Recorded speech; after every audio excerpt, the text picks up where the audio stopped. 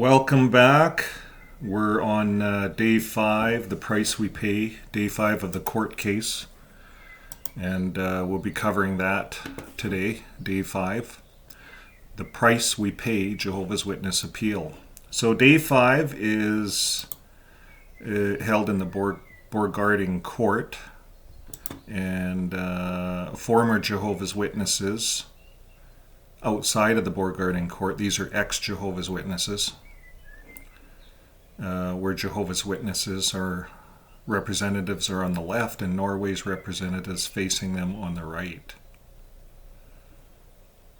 in the courtroom.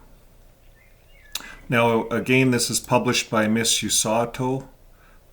Big thank you to Miss Usato for all of her hard work in documenting this court case. It takes a special type of a person to do that, and we do appreciate that in this community. Thank you very much. And a big thank you to Avoid JW for doing such an excellent job on their website. We're going to take a look at this on other videos where they have all the documents released of Jehovah's Witnesses. Thousands of documents they're making public. And we're going to make a special video on that coming up and show you where to get these documents. Okay, so we're going to get into the court case. Individuals who are disfellowshipped lose both spiritual and social fellowship with the congregation. Former Jehovah's Witnesses begin to testify. Oslo, Norway. This is the 5th day of the Jehovah's Witness appeal against the state of Norway. And the remaining witnesses today are mostly former Jehovah's Witnesses, ex-Jehovah's Witnesses, detailing their experiences with disfellowshipping and shunning. First, though, is Kåre Sæterhaug, starting the morning's proceedings by being questioned by the state. Following him is Hilde Langvann, CEO of whatever that name is, Hjelpekilden, a charity that helps people come out of high control groups. And then they have Professor Rolf Furuli, also gives evidence based on his 60 years as an elder of Jehovah's Witness. Okay, so Sæterhaug is cross-examined by the state of Norway's legal representatives. We do not urge anyone to cut off all contact. Sæterhaug, a board member of the Jehovah's Witnesses, is up first this morning to continue his testimony. And he finished being questioned by Jehovah's Witnesses yesterday. So there he is. He's up. So a board member of Jehovah's Witnesses. He's up first. So he's a board member. So he finished being questioned by the Jehovah's Witnesses yesterday and is being cross-examined by the state of Norway today. His testimony discusses many of the organization's practices, one being how Jehovah's Witnesses have adjusted their terminology and practice regarding the exclusion of members over the past few decades. Maybe it's over the past year. They changed it just recently, since Norway's court cases. Anyways, initially, members who broke with the congregation were said to be expelled early 2000s. This later changed to excluded and now removed from the congregation, all terms describing the same disciplinary action. All publications, including Keep Yourselves in God's Love, are written in clear everyday language and are based on the Bible. The book has been mentioned frequently by the state as reference, although the teachings are sometimes interpreted with a legalistic perspective. And he swears the core principles is that everything is rooted in biblical guidelines. And according to his testimony, disfellowshipped individuals, particularly apostates who actively oppose or try to persuade others away from the faith, lose both spiritual and social fellowship with the congregation. The state asked regarding contact with persons who have been removed from the congregation, what does this adjustment entail? Now we can also do more to reach out a helping hand. For example, a mother, a father might call and say, we have been thinking about you, you are welcome at the meeting. But what about the apostates? Will someone fall into the falling away category if they join another religious community? No, not necessarily. A fallen person is someone who continually tries to persuade others, stated Sæterhaug. And he also said that contact may continue within family households as personal relationships are ultimately a matter of individual conscience. Boy, I don't believe that from everything I've read. It's not a matter of conscience. That would be an out and outright lie, unless they change their religion completely in Norway. But that's not true. It's not conscience. It's in their elders' book, and they detail how to exclude people and what to do and the announcements that are given. Now, Sæterhaug explains that there is a difference between an inactive member and someone who consciously withdraws from the faith. In practice, those who withdraw are treated the same way as those who have been formally disfellowshipped. The increased responsibility placed on parents is a significant aspect of the recent adjustments. Parents and elders are expected to guide minors in understanding I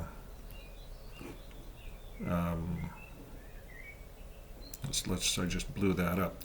So in practice, those who withdraw are treated the same way as those who have been formally disfellowshipped. The increased responsibility right here is placed on the parents is a significant aspect of the recent adjustment. Parents and elders are expected to guide minors in understanding and living by biblical principles. If a minor persists in behavior that contradicts these teachings even after receiving help, they may be removed from the congregation, a situation that, while rare, has occurred. So there you got it. They got that out of them, at least. Now, the adjustments also allow for careful outreach to those who were removed. For example, a family member reaching out to say, "We've been thinking of you," while emphasizing that the congregation should not maintain spiritual or social fellowship with disfellowshipped individuals. Decisions about personal association are left to the individual family's conscience rather than reinforced. And either that's brand new or that's a lie. Is that really happening? It's up to the individual's conscience, not anything I've seen. So you let me know in the comments if there's some changes happening, or is this guy just getting up and lying in front of the court? Now, there are clear guidelines for unbaptized publishers regarding associations and behaviors, such as avoiding bad company that might incur negative habits. Additionally, members in positions of responsibility like elders are expected to set good example, which includes limiting association with those who have been disfellowshipped. So the elders have to limit association with those who have been disfellowshipped. Well, they announce the disfellowshipping and everyone abides by it. That's what I've experienced in all the years I've been in that religion. So this is worded, it's not worded correctly, in my opinion. There's little twists in all of his words that underplay what disfellowshipping really is. Now, the removed disfellowshipping video is brought up in his final comments under cross-examination. Sæterhaug notes that the governing body of Jehovah's Witnesses decides what is published. Okay, that's good. So now we have culpability, the governing body. They decide on everything, so we know the governing body are the ones that, I guess, should be sued in all aspects. They're the decision makers. They're the guilty ones. So they make all the decisions. At least they got that out of them in court. And for instance, a disfellowshipping video state continued their question, when was exclusion video removed from JW.org? He says, "I dare not say, but it was about a year ago. Do you know why it was removed?" He says, "No, I don't know. What do you think is the message of this video?" Well, it depicts a difficult situation for a family, and we see how the family chooses to handle it. We see an adult daughter who does exactly as she wants, and she is free to do so. Yes, but at a cost. Yes, but are parents urged to cut off contact with excluded persons who move away? And then he says, "We do not urge anyone to cut off all contact." What a big liar. It was in their video. They don't even answer phone calls. They cut you off. So these guys get up, they lie, And they're allowed to tell these lies because it's called theocratic strategic warfare. That's what they call it. We did a video on that just yesterday, and we showed how they train their people, the articles they use right in their index, and it shows them that they can lie in court. So that's what we got to expect from these guys, lies in courts. And I think it's important that the judges know that these guys are going to twist things and lie in court. So he goes on to say this was merely an example of how one family handled it. BS. It was an example of how they want it handled all across the board. That's what that video was about. We played it a couple of days ago. Now, I think it was day 2. Now, in that case, the mother, it was day 1. Day 1, that video got played right out the gate. So the judge accepted it, even though it was deleted off their site. Now, in that case, the mother chose not to respond to her daughter, but this is not a rule that all Jehovah's Witnesses must follow. That's what he says. BS. That is another lie.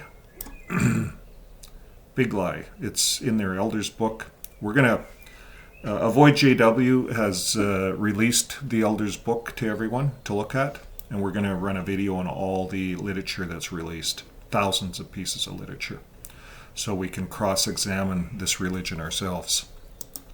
Now, the cross-examination, Risdale asking Sæterhaug about donations and how they are used. Sæterhaug says that Jehovah's Witnesses have no fixed income. It all comes from donations and contributions. And all those that contribute in a practical way are unpaid. And when asked where the money goes when it leaves Norway, he talks about extensive humanitarian aid. Bullshit. It all goes to Warwick, and they're using it to pay for pedophilia, for legal bills. There's thousands upon thousands of cases all over the earth. These guys are in court everywhere, and they need lawyers and they need money. And that's where all this money goes when it leaves Norway. And they're gonna try to use some for their Ramapo project. But saying that they do extensive humanitarian aid is a big fat lie. Another big fat lie. Theocratic strategic warfare is what they call it when they lie about these things in court, which involves distributing publications and Bibles. So they don't. This came out. That's good. It involves distributing literature. They can't feed people with paper. Throw that paper in the garbage. And the printing of these materials costs money, so the money is for help in covering the cost. So at least that comes out. Extensive humanitarian aid, distributing Bibles and literature. That's not extensive humanitarian aid. They're not feeding people. They're not housing people. They're not helping people. That's just what Scientology does. When asked by the judge if the exclusion practice is the same if one is removed or resigns, he confirms that it is the same and that the amount of contact is reduced. So we did get that out of him. The exclusion practice is the same if you're removed or if you just quit.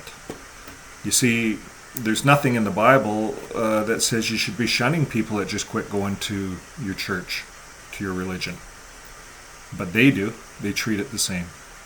So he confirms that it's the same, that the amount of contact is reduced. The judge noted that this contradicted what Professor Beiser said yesterday, and Sæterhaug could only but agree. Yes, I don't think he was aware of the latest revision, but we stand firmly by the Bible's teaching to shun. So the judge picked up on that, and they found a contradiction. And you're going to find that when they lie in court.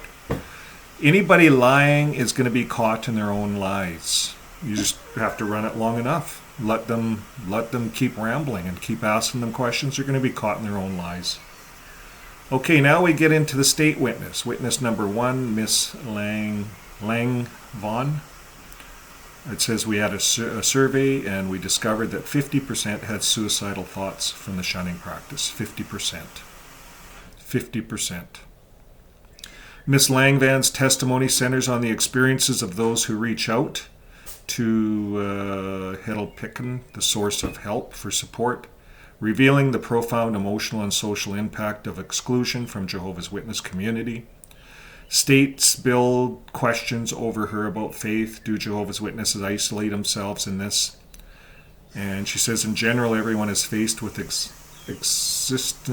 existential questions, and especially Jehovah's Witnesses, often do not have a family to lean on. She said individuals ranging in age from teenagers to pensioners, with many being young people, seek help from this. This is a place that they help people. The name of this place here. And due to loneliness, a need for social network, a need for someone to talk to when their lives feel completely upended. State asked, what unites these people? Langvann responded, they are seeking a network and feel vulnerable because they have lost their previous network. They experience loneliness. So that's what disfellowshipping is. You're completely on your own.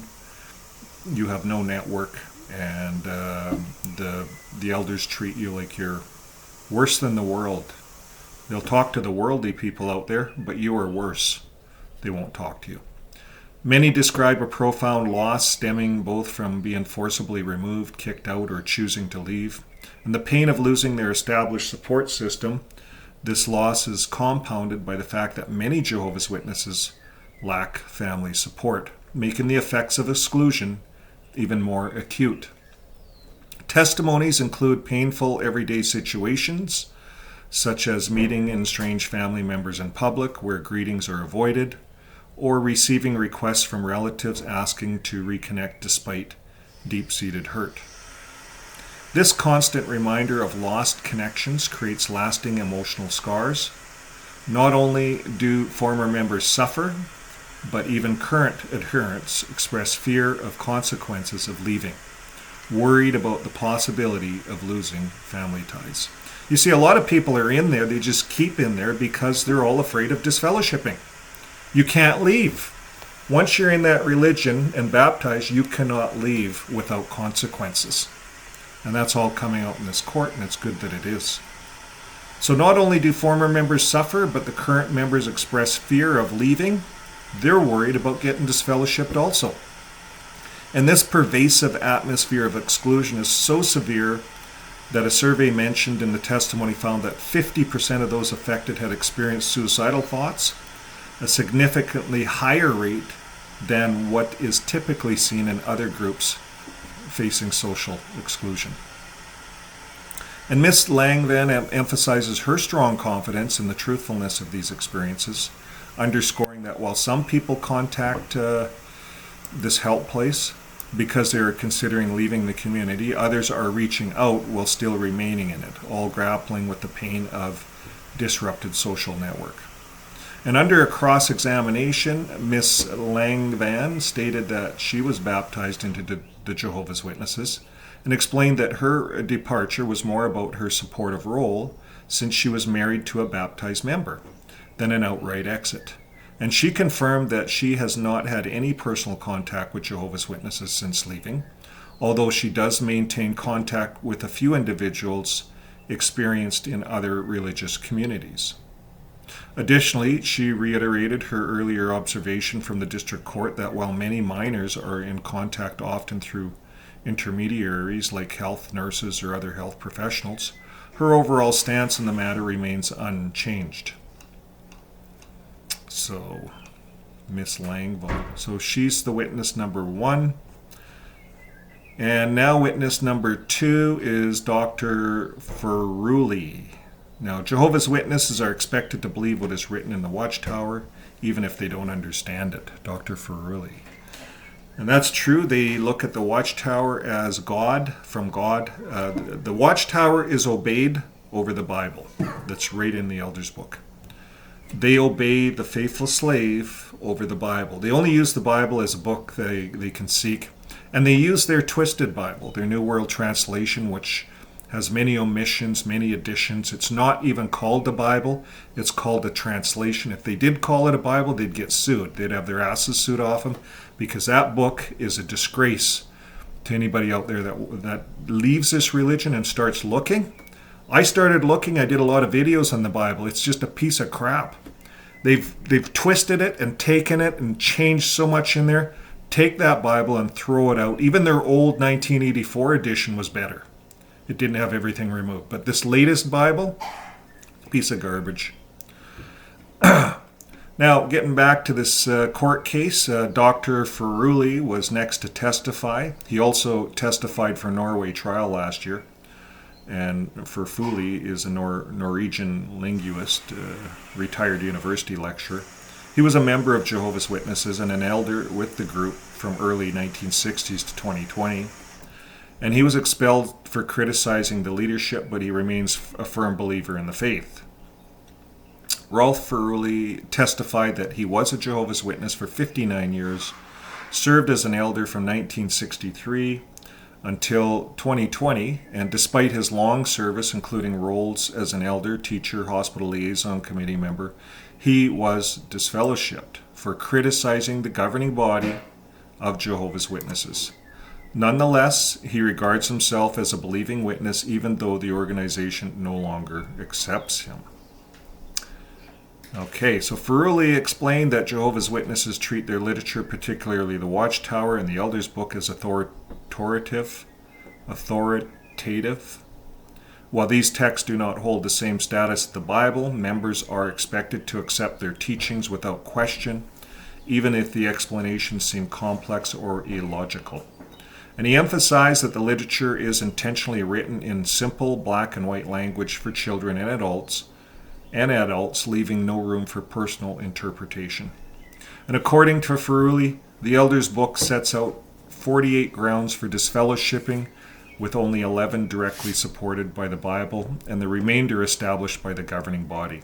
So it's definitely a book about them, the Elders' Book. Very few scriptures in it. It's always referencing to their other material, their watchtowers.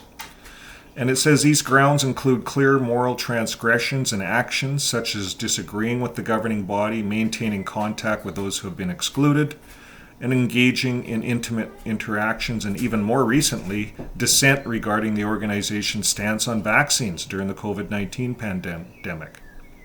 And he noted that removal is not immediate. A member must first repent and demonstrate change to the satisfaction of the elders. However, once the decision is made, the governing body mandates total isolation of the disfellowshipped person from the congregation, permitting only unavoidable contacts, example for work or in a very limited family situation. And Furuli argued that the practice of isolation is uniformly enforced across congregations, and that any notion that individual discretion determines the level of contact is incorrect. And in his view, suggestions that members may choose their own level of association contradict the clearly stated requirements in the literature. And he also clarifies that those who voluntarily withdraw are treated in the same way as those who are disfellowshipped. And for example, accepting blood or working in a military-related job can be seen as an act of withdrawal, leading to similar isolation measures. And we looked at that in the Elders' Book. Now, he explained that even if a disfellowshipped person lives in the same household, they are not permitted to join in spiritual activity or family gatherings because they're disfellowshipped. Right in the household, if you're living in a household with a Jehovah's Witness household and you're disfellowshipped, let's say you're a minor, you're left out. And furthermore, he mentioned that the teachings about disfellowshipping are ingrained in the literature and become evident to members shortly after baptism. And Furuli touched on the process of baptism and maturity, highlighting that early baptism is encouraged, typically between ages 15 and 19, and that even minors can be subject to judicial procedures if they commit serious sins, which can result in public reprimands and social isolation due to concern over bad association.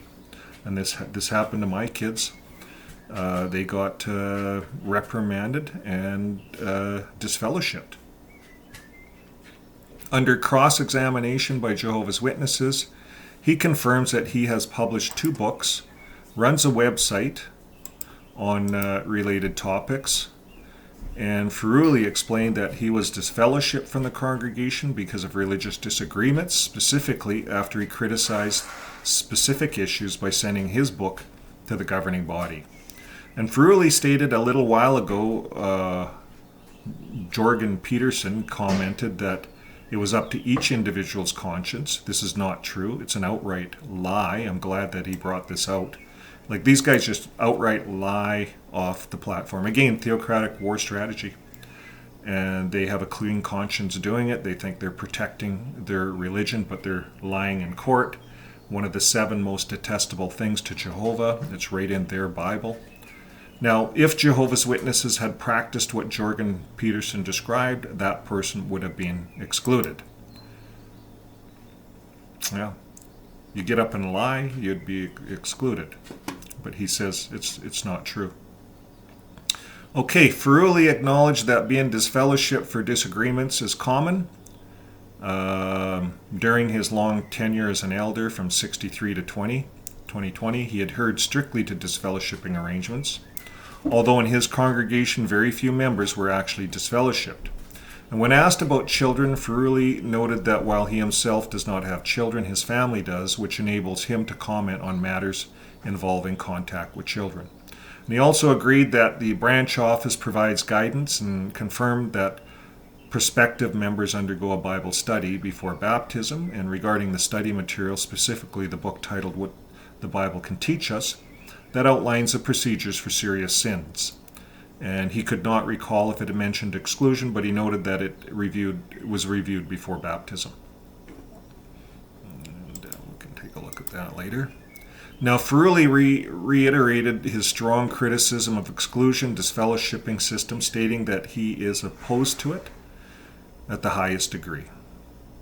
Very good testimony. So here's some of the pictures of the court case, of all the people in court.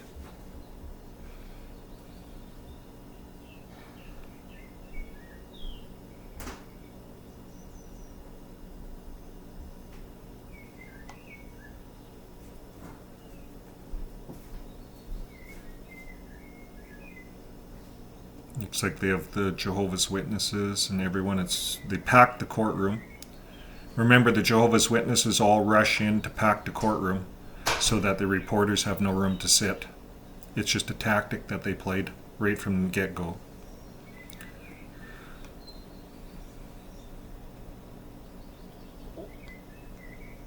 Shunning is a crime. No kidding. And former Jehovah's Witnesses supporting each other and the witnesses in court today. So witness number 3 is Merit Bredesen. Bredesen testified about her upbringing as a Jehovah's Witness, sharing that she was born into the faith with her mother as a devoted member, living with her mother and stepfather.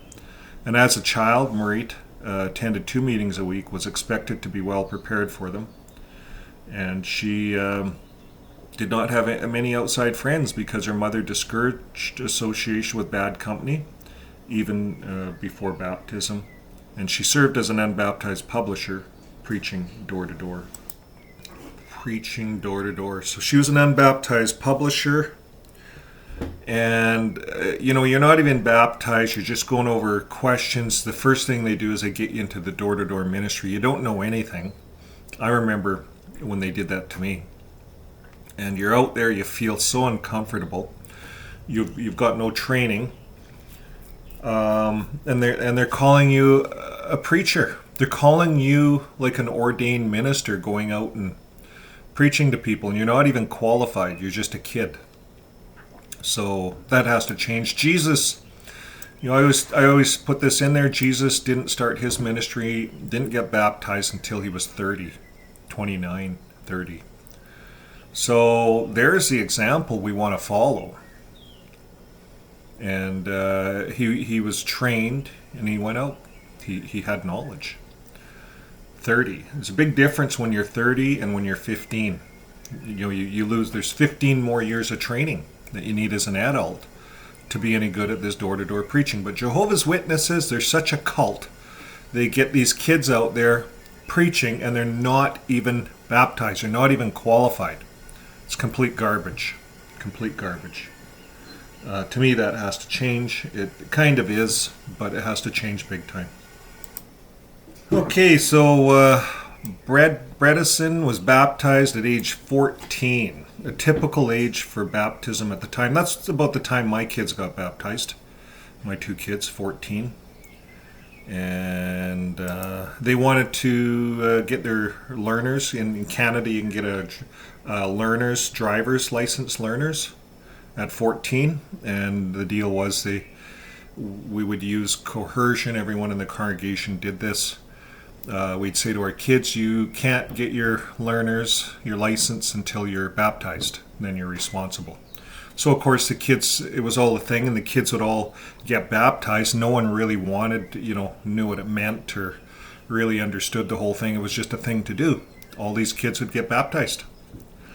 So it's a typical age for baptism at the time, and all over the world, here in Canada, same thing. Now, her decision to get baptized was influenced by her desire for her mother's attention and care, as her relationship was very conditional on her active participation in the congregation. Now, before her baptism, she was already aware of the practice of disfellowshipping. She recalled being taught by her mother. The state asked, "What did you know about exclusion before you were baptized?" "Well, I knew about it and was told that I should turn away and not say hello." "Do you have any experience of this?" "Yes, I remember my mom saying that an excluded person in our church was taken by Satan." Now, in my case, my ex-wife was disfellowshipped for 2 years, 3 years. They disfellowshipped her for a long time. And the kids knew what it was about firsthand. Now, Bredesen revealed that she had never truly been a believer and decided at 16 that she wanted to leave the congregation. It's about what my son did. And when she expressed her wish to her mother, she was met with a threat, being locked out if she left. With the help of a friend and her father, she left home, although her mother later packed up all her things and forbade contact with her siblings and even friends. At the age of 19, Bredesen was disfellowshipped. She described the process as involving writing a letter with the help from her husband.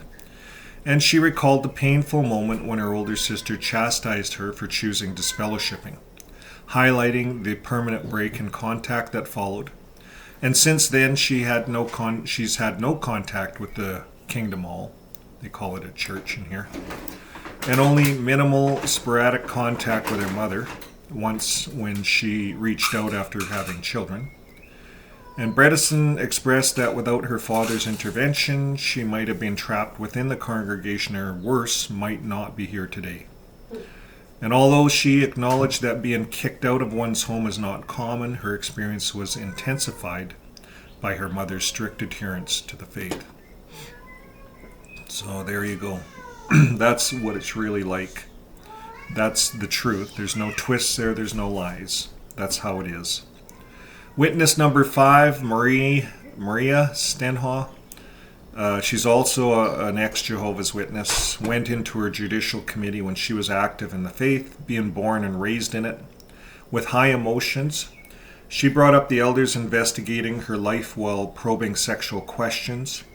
Her husband, who was also a witness, was not nice to her, and she went to the elders for support. And instead, they ensured that she knew she could not date or remarry. And after 4 judicial committees with elders on the matter, Stenhaw was disfellowshipped. She left her husband and eventually started going to college. After being away for a while, she realized how terrible the faith had treated her, never looked back.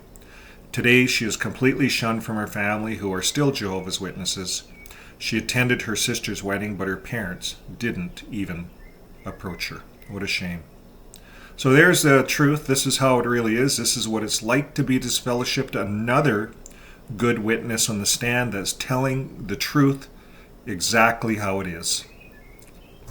Witness number 6. So you see, folks, you see the difference between the Jehovah's Witness testimonies and the ex-Jehovah's Witness testimonies? The Jehovah's Witnesses have to lie. They have to lie all the way through. All the high-end Jehovah's Witnesses and even the low-end ones are all lying. But yet we get the ex-Jehovah's Witnesses up there and they tell it the way it is. Why not tell it the way it is? We're trying to get this out in court. We're trying to solve this, but the Jehovah's Witnesses just keep lying. That just boggles my mind for a religious group to push the lying, the strategic warfare. But that's what we have to know, us on the outside. This is what we're dealing with, a bunch of liars. They're going to twist this whole thing.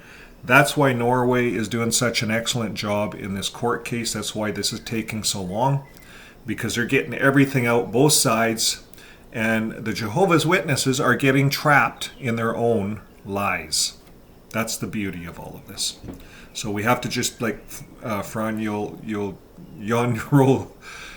Frode Nielsen says, let's be patient, let's be accurate, and let's tell the truth, and the rest will happen on its own. And that's all we have to do. A representative from Norway for the Children, Youth and Family Affairs provided a detailed testimony on the impact of negative social control on children, particularly in religious communities such as the JWs. And Vega explained that the negative social control is not just about strict rules about a system that prevents a child from making independent choices or discovering their identity. Negative social control is about pressuring, coercing, or even threatening someone in ways that prevent them from making their own choices, she explained. And we see it in different forms, sometimes subtle, like going along with an expectation just because everyone else does, like the blood card. You know, it's done at the one time in the year at a meeting, and everyone does it. It's coercion. You're expected to sign a blood card, even though you don't want to die if you need blood, right? And sometimes severe, where a child's development is completely stifled. So she detailed how this control is mapped in assessments. Does a child get to participate in activities outside of school? Well, no, they don't. Are they allowed to have friends from different backgrounds? No, they are not. They're all worldly. Are they encouraged to develop independently, or do they suppress their own wishes to avoid conflict at home? Well, they got to go to school now and be little preachers like Sophia and Caleb.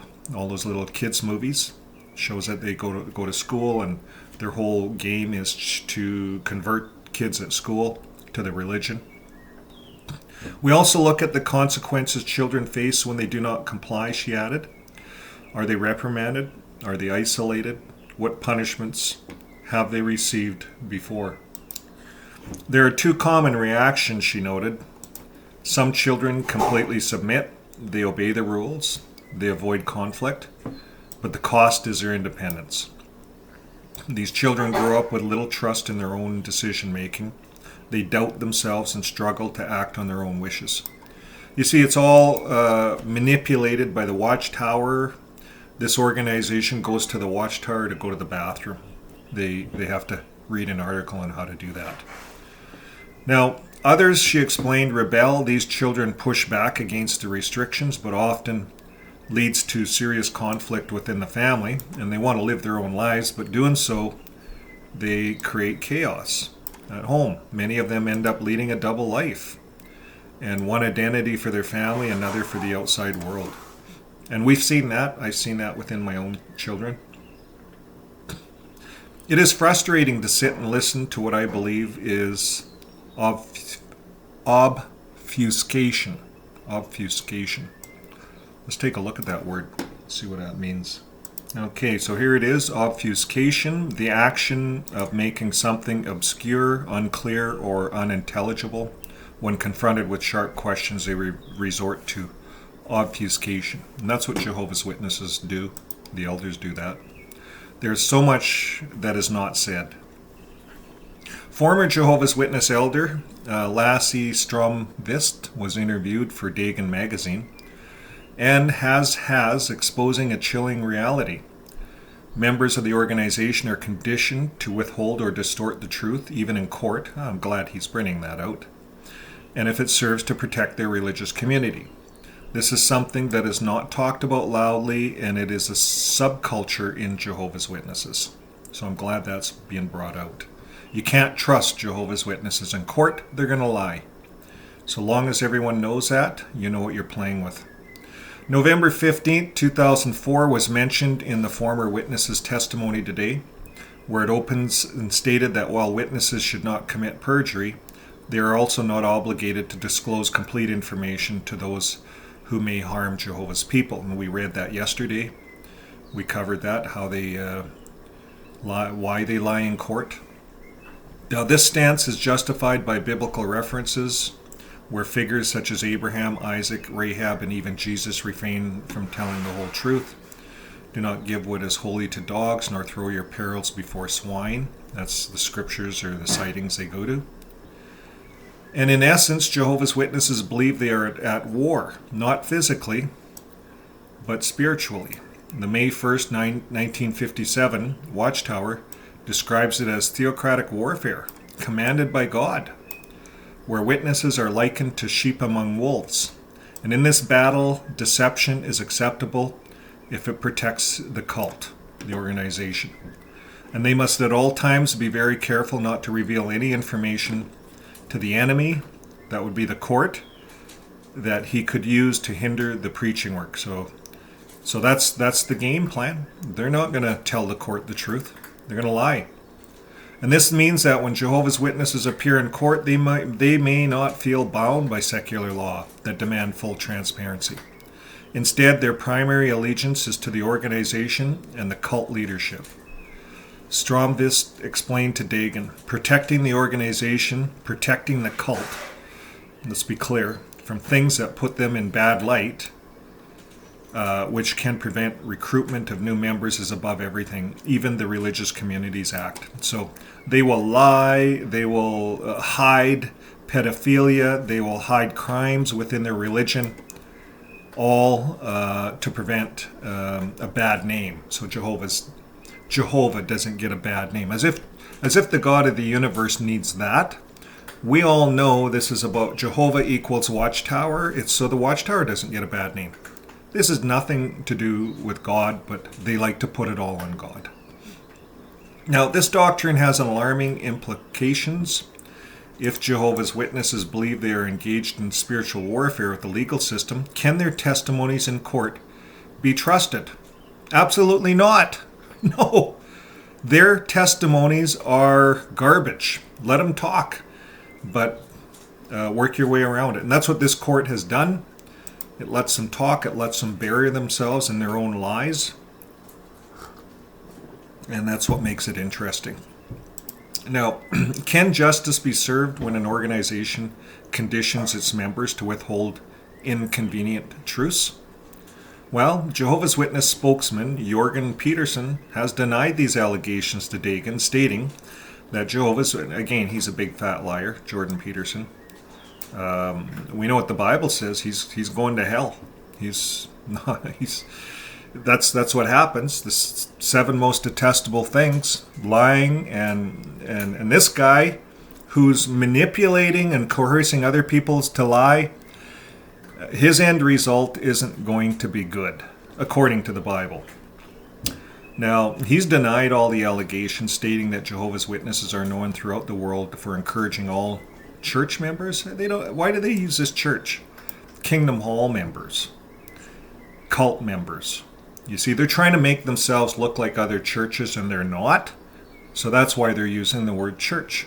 They're not a church. We were programmed to be separate, never to be called a church. It was a kingdom hall. It wasn't even listed in the phone book under churches. It had its own listing under the word kingdom hall. That's how anal they are about that. But here, they're calling it a church because they want to look like all the other 870 churches that get funded. And they say they behave honestly in all things? Bullshit. Jordan Peterson, bullshit. You're a big fat liar. We all know it. It's all come out in this court case. You look like a little child, Jordan Peterson, in this court case. And I hope you feel it.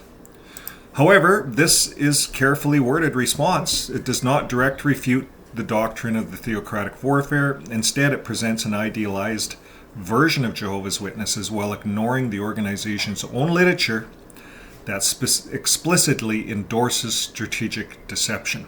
And I did a video yesterday on that. You can take a look at that. I looked up the Watchtower. I read them all, and I showed how they do it. I talked about how they did it to me when I was doing a presentation. I first came in, and they had a big assembly thing, and they wanted me to get up and lie about how I became a Jehovah's Witness. And I did. They coerced me to lie. So that's what happens. I know it's what happens. It happened to me way back then.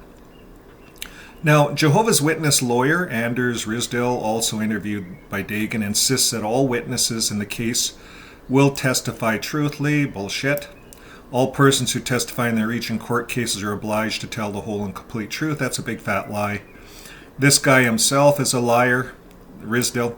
So, it's hard for us ex-Jehovah's Witnesses to watch this stuff because of all the lying. We thought we had the truth. We thought no one lied when we were in that religion. But the religion is made up of twists and lies. Their Bible is twists and lies. Once you get out, it blows your mind. And I know when I got out and started looking at this, I had to take a break. I couldn't fathom that all those years I was in the lie. I wasn't in the truth. It was the lie. The biggest lie in the world. Now, Jehovah's Witness lawyer, he was interviewed, but does this obligation hold weight when Jehovah's Witnesses are taught that their highest loyalty is to God's organization, not secular authorities? The question remains, can Jehovah's Witnesses be trusted to testify truthfully in court when their own literature justifies and tells them to lie? No, you can't trust these guys in court. And I think this has to be a message for the whole world going to court with Jehovah's Witnesses. Don't expect any truth coming out in court under oath. They're going to lie. Shunning is a crime. An ex-JW who attended the appeal day 5. Jehovah's Witnesses claim that disfellowshipping is a biblical practice meant to maintain the congregation's spiritual purity.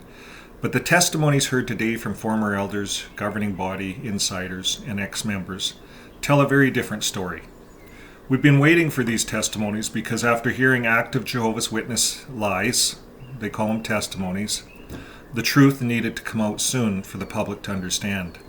And their words exposed disfellowshipping for what it truly is, a weapon of psychological control designed to punish and force people into submission.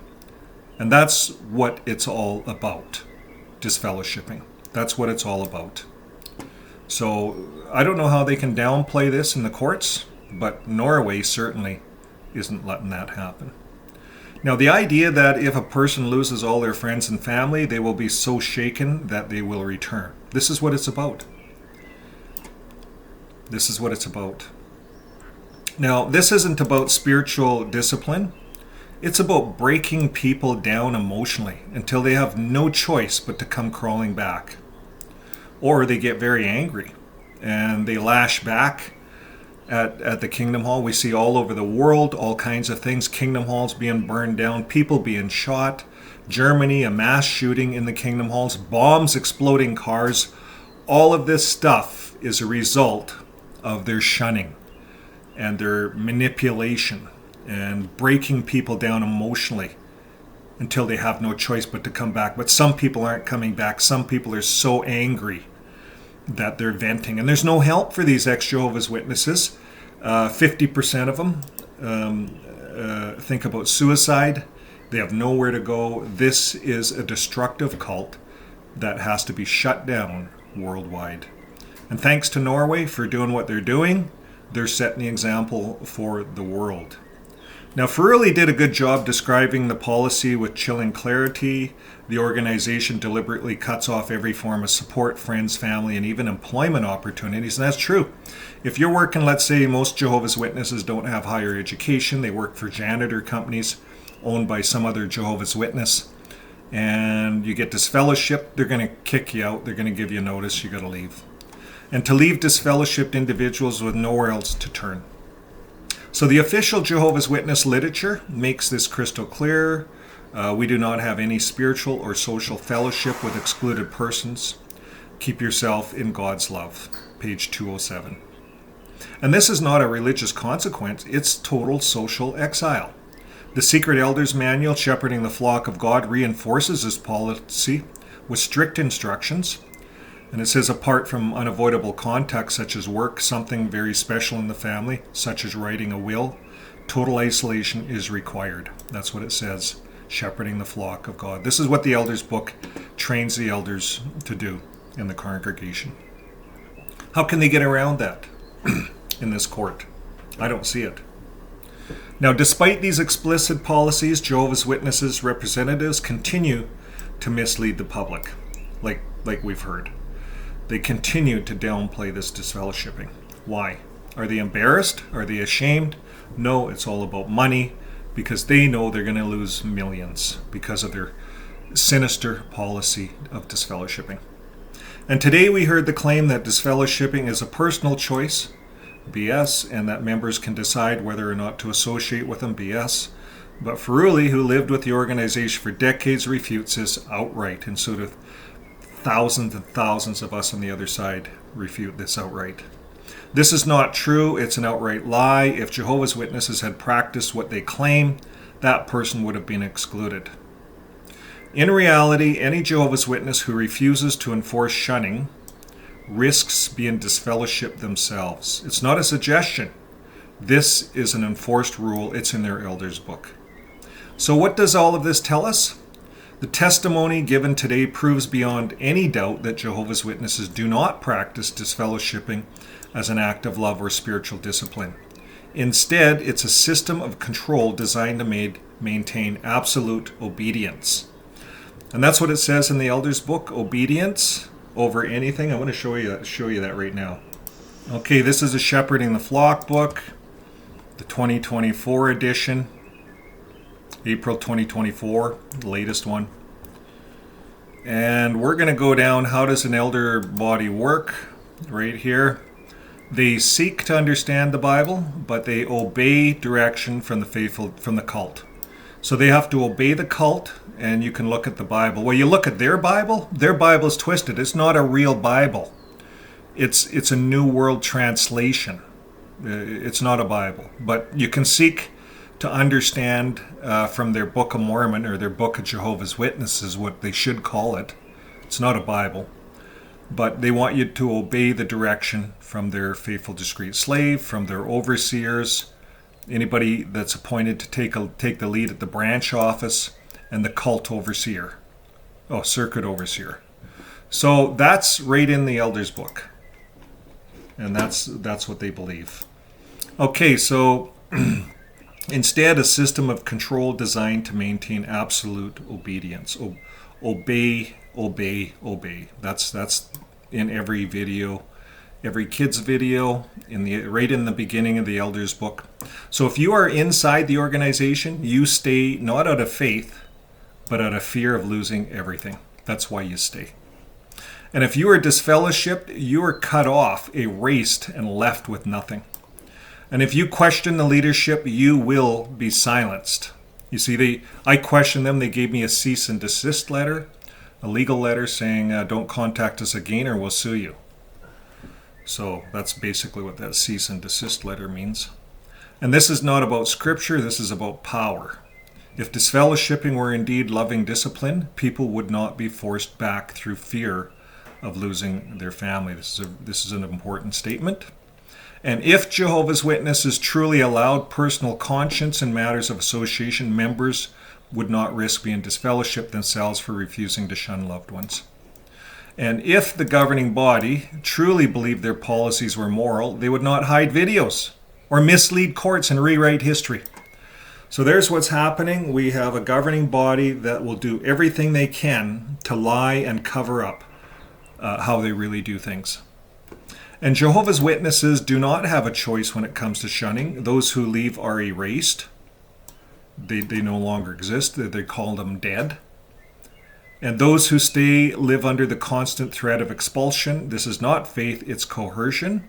This is not spiritual discipline. This is psychological warfare. This is a cult. It's not a religion. It's a system of fear disguised as a religion. The appeal will continue on February 10th with more former witnesses testifying. And I will be giving that one. That one's on Avoid JW. So that brings an end to this day, the 5th day. And the price we pay, day 5. So what else do we have here? Jehovah's Witnesses scripturally based position on child protection. Children, this is their thing on it. Parents have the responsibility. We pulled that up The third edition, I'm just looking at some of the side clips here that we pulled up. So I'm going to pin everything to the document below in the descriptions below. You can just hit the link and it'll pull you right into the article I just read. So that brings an end to it. And when we talk about living our life with love, we don't lie in court especially, and we don't do any of this disfellowship, and we just love our family, our friends. If they make some mistakes, that's when they really need some love. They really need some help. People that are making, some life mistakes, perhaps we think they're mistakes. But again, people have the freedom to do what they wish as they move through life. And people shouldn't be made to feel guilty or cut off from a community. That's definitely not living your life with love. That's definitely not Christ-like. So we will continue to do that on this side of the fence. As ex-Jehovah's Witnesses, when we see all of this, it's easy to see the Christ-like figure and to see the devil-like figure, or the Pharisaical-like movement that the organization is doing. They're very Pharisaical, very rule-oriented. Jesus had to deal with the Pharisees in his day, and he condemned them. He called them offsprings, vipers of Satan. He called them everything that he could think of. And we have to do the same, in my opinion. So thanks again, folks, and we'll see you on the next video. Bye for now.